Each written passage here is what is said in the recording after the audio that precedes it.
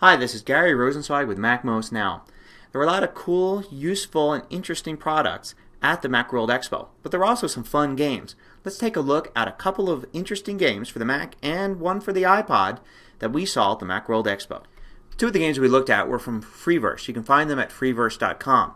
The first one was called Neon Tango, and it's a cool retro-looking game, but it's also got some very modern graphic elements to it. Let's take a look at it. We talked to Bruce Morrison from Freeverse Software. Hi, this is Gary Rosenzweig with MacMost Now, and I'm here with Bruce, the designer, creator of Neon Tango, a game for Mac. Yes. Tell us about it. Neon Tango, it's sort of an old school style shooter, but then we've added in just a lot of OpenGL effects, a lot of distortion, a lot of particles. Just really something that speaks to an old school audience, but has just a nice visual appealing design to it. Excellent. And where can you get this? It's going to be out on February the 5th, and it'll be available at freeverse.com and maybe in stores near you, if all goes well. How much is it?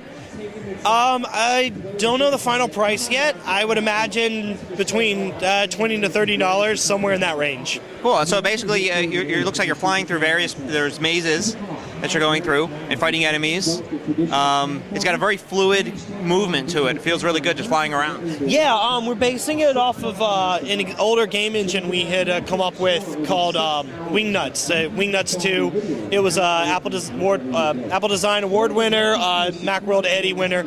And so we expanded upon that engine to create something more like this, something that maybe appeals to people that Wingnuts 2 didn't, but at the same time I think Wingnuts 2 fans are really going to like this.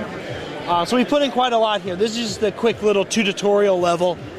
There's a lot more. There's 50 game levels. Each game level has a boss.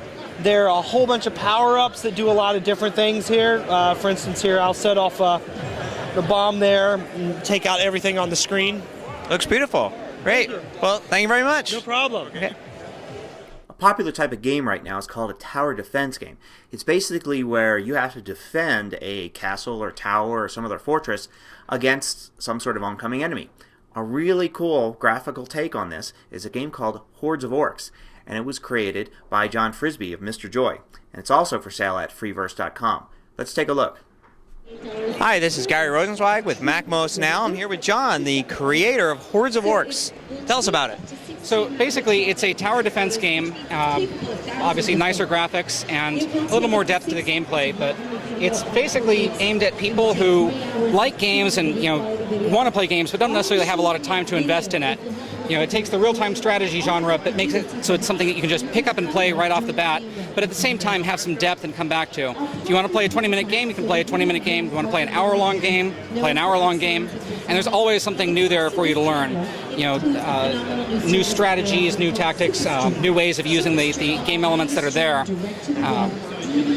Right, so now a tower defense game, of course, it's not necessarily a medieval strategy type game. It's more of a logic game where you have to actually set up different barriers to prevent these, in this case, the orcs from taking over. And I went with a sort of anthropomorphized look for this rather than something more abstract, so I could do things like this where the orcs, instead of having health indicators that you have to keep track of, look more bruised and battered as they take damage. So there's less clutter on the screen, less stuff for you to have to keep track of, and you just know that they're damaged because it's obvious. You don't even have to think about it. It becomes unconscious. Cool. So, and is this game available now? It is available. It's been available since the 11th of December, and Excellent. Just released a new point release to it that adds a couple new game modes and some new puzzles, and gives you a little more variety to the gameplay. Also improves performance a little bit. Excellent. And where can people find it? You can find it on freeverse.com. Hordes of Orcs. How much does it cost? It is $25 from their website or $20 at MacWorld. So. Great. All right. Well, thank you very much. Thank you. Here's an interesting game, and it's not for the Mac, it's for the iPod, believe it or not. It's called the iKnow, I-N-O, and it's from a company called Sababa Toys. Now, the idea here is you pop your iPod into this thing like it's a toaster, and it's a speaker system, so it'll play the songs over speakers. You have your iPod set to shuffle, and everybody's got a buzzer. Basically, you draw a card and it says, guess the song or guess the artist. And the first one that thinks they know the answer clicks, the song stops, and then the iPod can pop back out and you can see if you were right.